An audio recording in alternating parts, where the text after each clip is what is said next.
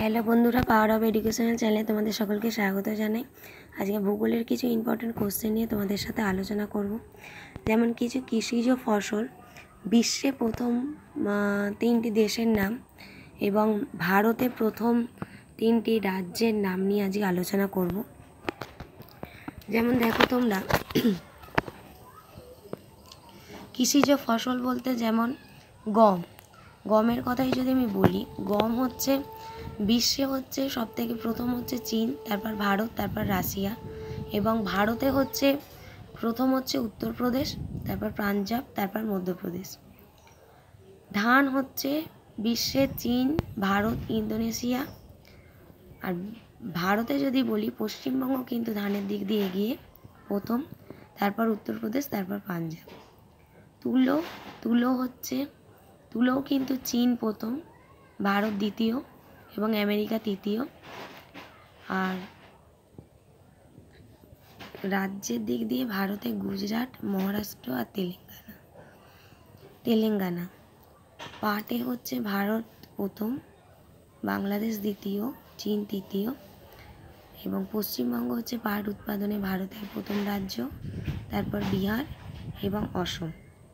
তাহলে পশ্চিমবঙ্গ প্রথম কোন দুটোয়? একটা ধান আর একটা পাট। আর বিশ্বে গম, ধান, তুলো এই তিনটেতে হচ্ছে প্রথম চীন। ভারত প্রথম হচ্ছে পাটে, আর গম, ধান, তুলো এগুলোই হচ্ছে সব দ্বিতীয় স্থান অধিকার করেছে ভারত। আখেও দ্বিতীয় স্থান অধিকার করেছে, চাতেও দ্বিতীয় স্থান অধিকার করেছে। দেখি তারপর ভুট্টায় বিশ্বে প্রথম আমেরিকা, তারপরে চীন, তারপর ব্রাজিল। ভারত হচ্ছে চতুর্থ স্থান অধিকার করেছে।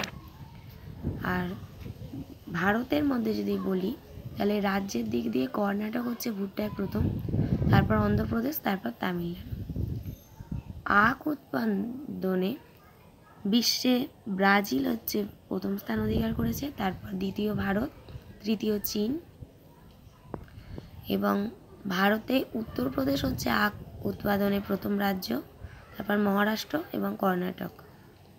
চা উৎপাদনে বিশ্বে প্রথম চীন, তারপর ভারত, তারপর কেনিয়া, এবং রাজ্যের দিক দিয়ে ভারতে অসম প্রথম, পশ্চিমবঙ্গ কিন্তু চা উৎপাদনে দ্বিতীয় রাজ্য, এবং তামিলনাড়ু তৃতীয়।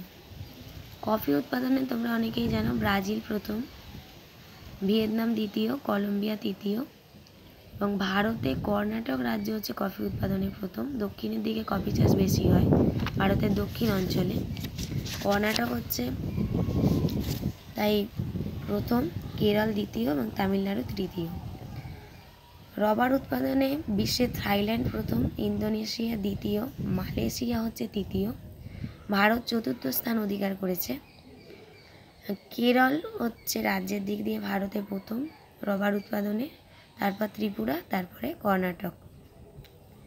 তাহলে যদি একটা ওভারভিউ করি, আমি যদি ভারতের দিক দিয়ে দেখি, তাহলে ভারত হচ্ছে গম, ধান, তুলো চাষে দ্বিতীয়, পাট চাষে প্রথম, ভুট্টা চাষে চতুর্থ, আখ চাষে এবং চা চাষে দ্বিতীয়, এবং রবার চাষে হচ্ছে চতুর্থ।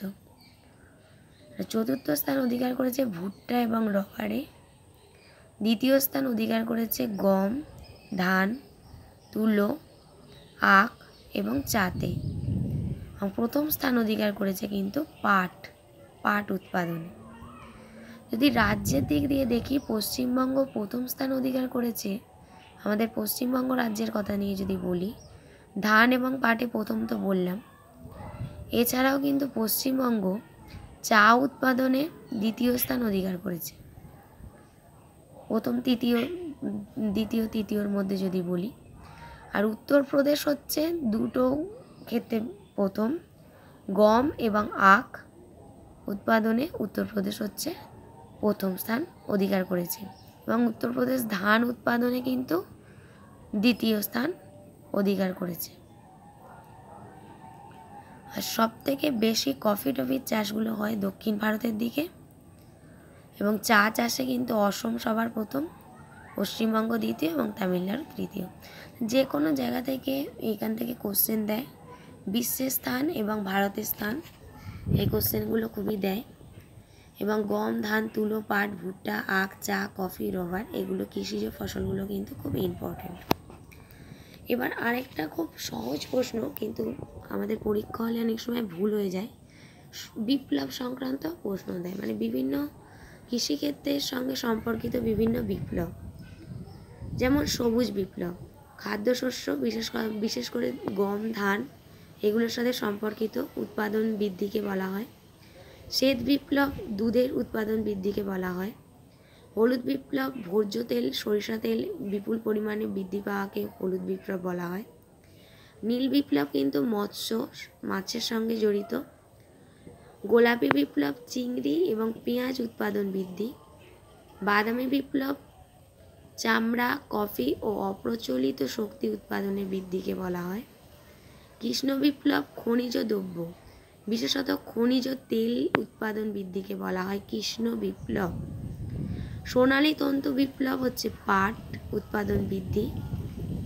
সোনালী বিপ্লব হচ্ছে উদ্যান পালন উন্নয়ন অথবা মধু উৎপাদন বৃদ্ধি। উদ্যান পালন উন্নয়ন অথবা মধু উৎপাদন বৃদ্ধি, এই দুটোই হচ্ছে সোনালী বিপ্লবের সাথে জড়িত। লাল বিপ্লব হচ্ছে মাংস আর টমেটোর উৎপাদন বৃদ্ধি। গোলক বিপ্লব হচ্ছে আলু উৎপাদন বৃদ্ধি। রূপালী তন্তু বিপ্লব হচ্ছে তুলো উৎপাদন বৃদ্ধি। আর যদি রূপালী বিপ্লব শুধু বলা হয় তাহলে কিন্তু ডিম আর পোলট্রি উৎপাদন বৃদ্ধি। রূপালী তন্তু বললে তখন তুলো উৎপাদন, সোনালী তন্তু বললে পাট, কারণ তোমরা জানো পাট, তুলো এগুলো তন্তু জাতীয়। সোনালী তন্তু বললে তাহলে পাট, আর নোট ডাউন করে নিতে পারো এগুলো তোমরা। আর রূপালী তন্তু বিপ্লব বললে তুলো। সবুজ বিপ্লবটা খুব সোজা প্রশ্ন, ওটার এখন সবুজ বিপ্লবটা কিসের জন্য এটা কোশ্চেন আসে না, সাধারণত ঘুরিয়ে ফিরিয়ে অন্যগুলো আসে। বাদামি বিপ্লবটা যেমন কম পড়তে পারে। তারপরে লাল বিপ্লব বা এই গোলক বিপ্লব আলুর সাথে না জানা থাকলে বলতে পারা যাবে না। বা কৃষ্ণ বিপ্লব বিশেষত খনিজ তেল, খনিজ দ্রব্যের সাথে জড়িত, এগুলো একটু বেশি করে তোমরা ইম্পর্টেন্ট, এগুলো একটু পড়বে। এবার হচ্ছে যে বিপ্লব সংক্রান্ত যে বিপ্লবের জনক তাদের আমাদের নাম জানতে হবে। যেমন সবুজ বিপ্লবের জনক হচ্ছেন ডক্টর এম.এস. স্বামীনাথন।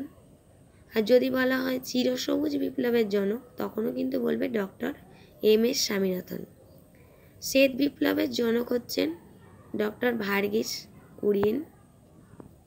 হলুদ বা পিত বিপ্লবের জনক শ্যাম পিত্তদা। এবং গোলাপি বিপ্লবের জনক Durgesh Patel.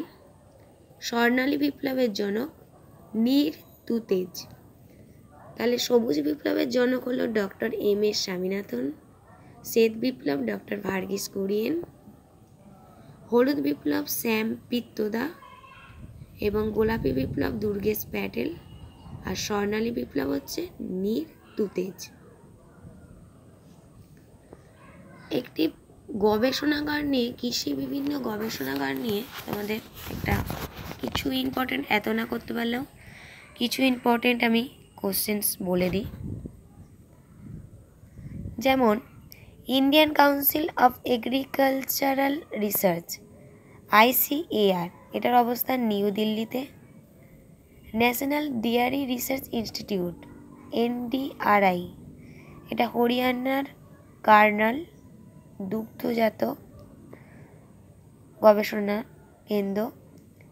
Botanical survey of India কিন্তু আমাদের পশ্চিমবঙ্গের কলকাতাতে অবস্থিত।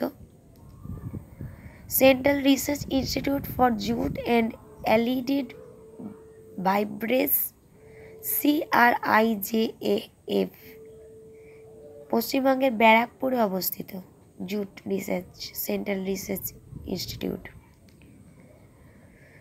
Indian institute of sugarcane research IISR, sugarcane উত্তরপ্রদেশের Lucknow. Central poultry development organisation কর্ণাটকের Bengaluru. Central institute for research on cotton technology CIRCOT মহারাষ্ট্রের মুম্বাইয়ে অবস্থিত। Central sericulture research and training institute কর্ণাটকের মহীশূরে অবস্থিত। চা গবেষণা কেন্দ্র অসমে ঝোরহাট অসমের টোকলাইতে অবস্থিত। সেন্ট্রাল লেদার রিসার্চ ইনস্টিটিউট তামিলনাড়ুর চেন্নাইতে অবস্থিত। সেন্ট্রাল কফি রিসার্চ ইনস্টিটিউট কর্ণাটকের চিকম্যাগালোর। খুব ইম্পর্টেন্ট, অনেক সময় পরীক্ষায় অনেকবার বিভিন্ন জায়গায় পড়েছে। সেন্ট্রাল পটেটো রিসার্চ ইনস্টিটিউট আলুর হিমাচল প্রদেশের Shimla CPRI short form.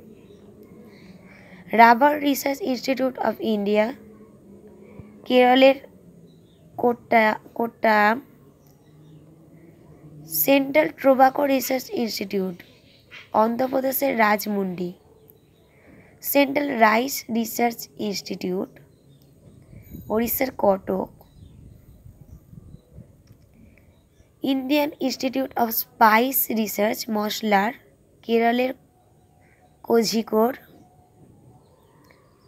National dairy development board গুজরাটের আনন্দে অবস্থিত। কোকোনাট রিসার্চ স্টেশন কেরলে জানো নারকেলের চায় বেশি উৎপাদন, কেরলের বলরামপুরে অবস্থিত।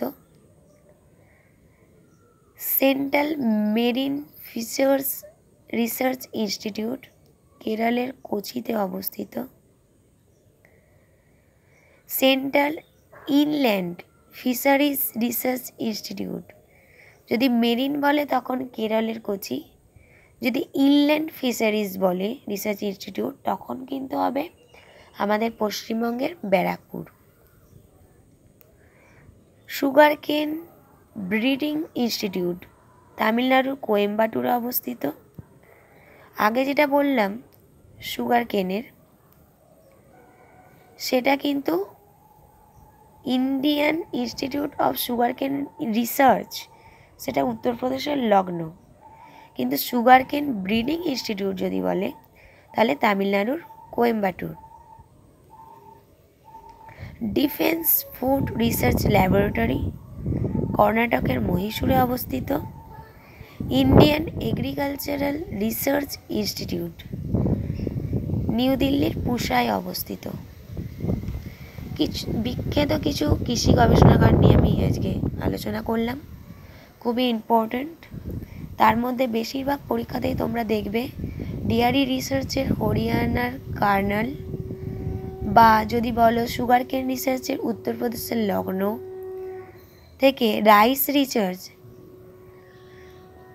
চিনসুরা রাইস রিসার্চ সেন্টার, যেটা আমাদের পশ্চিমবঙ্গের চুঁচুড়ায় অবস্থিত, বা এই যে ইনল্যান্ড ফিশারিজ বললাম সেন্ট্রাল ইনল্যান্ড ফিশারিজ পশ্চিমবঙ্গের ব্যারাকপুর, এগুলোও কিন্তু মাঝে মাঝে আমাদের পশ্চিমবঙ্গ রিলেটেড যে কোশ্চেনগুলো পড়ে, যেমন বোটানিক্যাল সার্ভে অফ ইন্ডিয়া পশ্চিমবঙ্গের কলকাতায়, central research institute for jute পশ্চিমবঙ্গের ব্যারাকপুরে, পশ্চিমবঙ্গের রিলেটেড কোশ্চেনেতে এগুলো কিন্তু থাকে। এখনও যারা আমার চ্যানেলটা সাবস্ক্রাইব করোনি অবশ্যই সাবস্ক্রাইব করে নাও, লাইক করো, বিভিন্ন কমেন্ট করে জানিও তোমাদের মন্তব্য। আমি তাহলে মোটিভেট হব আরও ভিডিও করতে, এবং তোমরা তোমাদের বন্ধুদের মধ্যে অবশ্যই বেশি বেশি করে শেয়ার করো, আমার চ্যানেলটাকে এগিয়ে নিয়ে যেতে আমাকে হেল্প করো। সবাই ভালো থেকো, নমস্কার।